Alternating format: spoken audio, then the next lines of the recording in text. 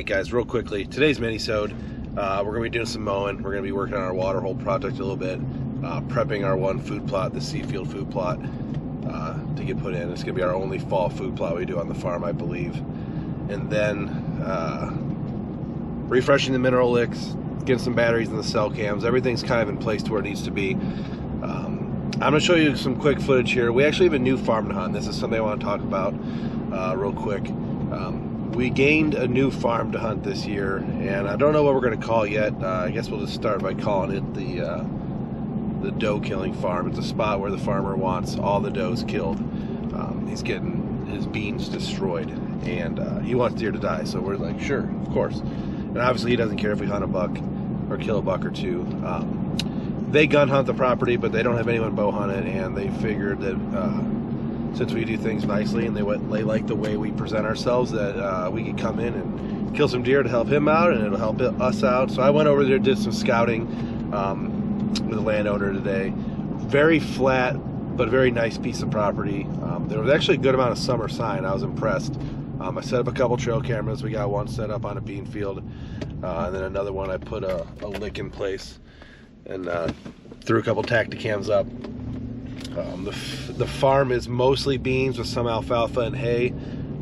No topography whatsoever, completely flat. A little bit of water on the farm, but it's about an hour away from our main farm here at the home. And it's the first real new farm we've hunted probably in a decade or so. It's been a long time since we've had a true new piece of ground, not including the gore hunting operation that we have in Southern Ohio.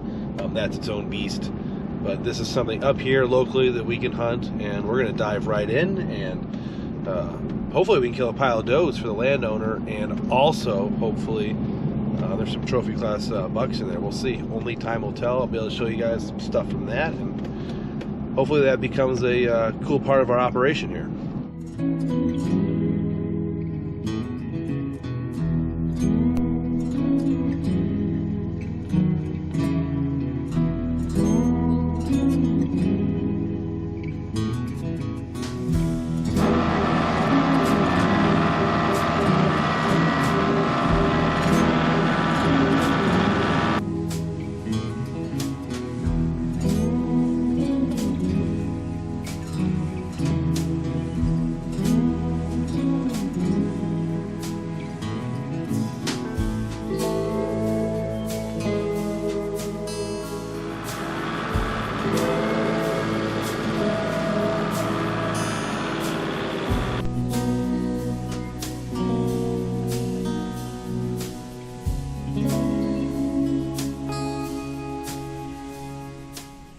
All right, guys, real quick, here in the Seafield food plot, we mowed it for the first time the other day. I'm going to redo it this fall, so there is some clover. You can see a little bit of clover popping up, but mostly just grasses and weeds at this point. I think it's been 3 or 4, maybe even longer than that year since I've actually tilled this under and planted it. We're going to plant a fall mix from rack fuel, and then underneath that fall mix we're going to throw clover and chicory, so that next year I can come in here, mow it, and frost seed, and then there'll be clover and chicory again. It's been a good combination here in the corner of Seafield. But we've worked on the water hole project a lot, and I know we've talked about it a lot in these mini-sodes. We have been using this watering hole for trail cams and hunting and all purposes for the last 3 or 4 years now. I can't remember exactly when I started, maybe 18 or 19, somewhere around there, but it's expanded in size. It's a little bit dry right now because we're in the middle of a drought, but it's expanded in size. And then I came through here today with the scraper blade on the tractor and just kind of pushed everything around, made the food plot bigger. The edges, you know, just like any farm field, you have open land like this, the edge will start to encroach on you with grapevines and weeds and just branches and stuff. So I came through here and just pushed this all back, just to kind of expand the edges a little bit. This is going to be a hard edge. So this side right here, there's a couple trails. That's the trail that Massey came out when I whacked him. He came straight out here, walked that way. I'll show that footage. It's really cool because I slammed that deer, but that plan worked beautifully. I'll probably cut out a trail here for the deer to walk, but this is a hard edge. So there's going to be canopy, there's going to be mounds of dirt, there's going to be all these pushed over logs with 1 or 2 trails out. The other side over here is a soft edge. In the fall, all that ground vegetation's dead. The deer can see this entire edge. And as you know, on the other side there is a deep ravine. That's why this works beautifully with the wind blowing northwest. Deer come up here with the wind in their nose, but they can't get behind me, come out into this food plot.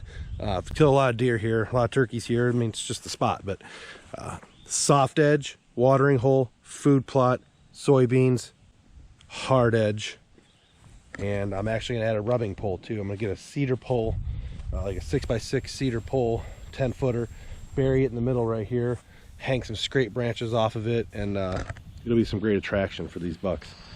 We've done that in years past and had some good luck. So I can show a couple of those old clips. Our tree koi is working out well, but this is just a little bit of a food plot expansion day. I'm gonna throw down some more minerals, so you'll see some of that real quick. I'm gonna go toss some minerals on all the licks. It'll be the second time I've refreshed them. And then I'm gonna bring the chainsaw up here, do a little bit of edge trimming and cutting and getting things all set up. But I mean, we're about 2 months from deer season, and it's coming in quick. So we gotta get on our horse here and get some things moving.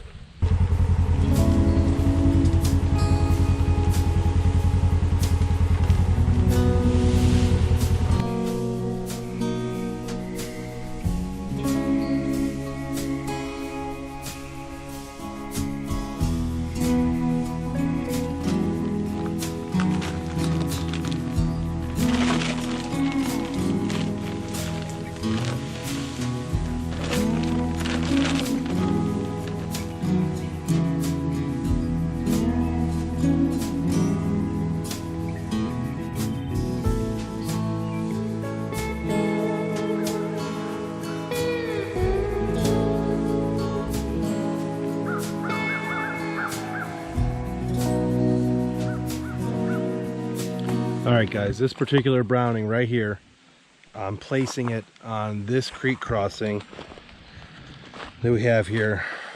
Bank comes down, goes back up, really well-worn trail going up there. And I'm specifically placing this camera here because I'm looking for a buck called Stanky Jr., which might end up being my number 1 or number 2 for sure buck on this farm.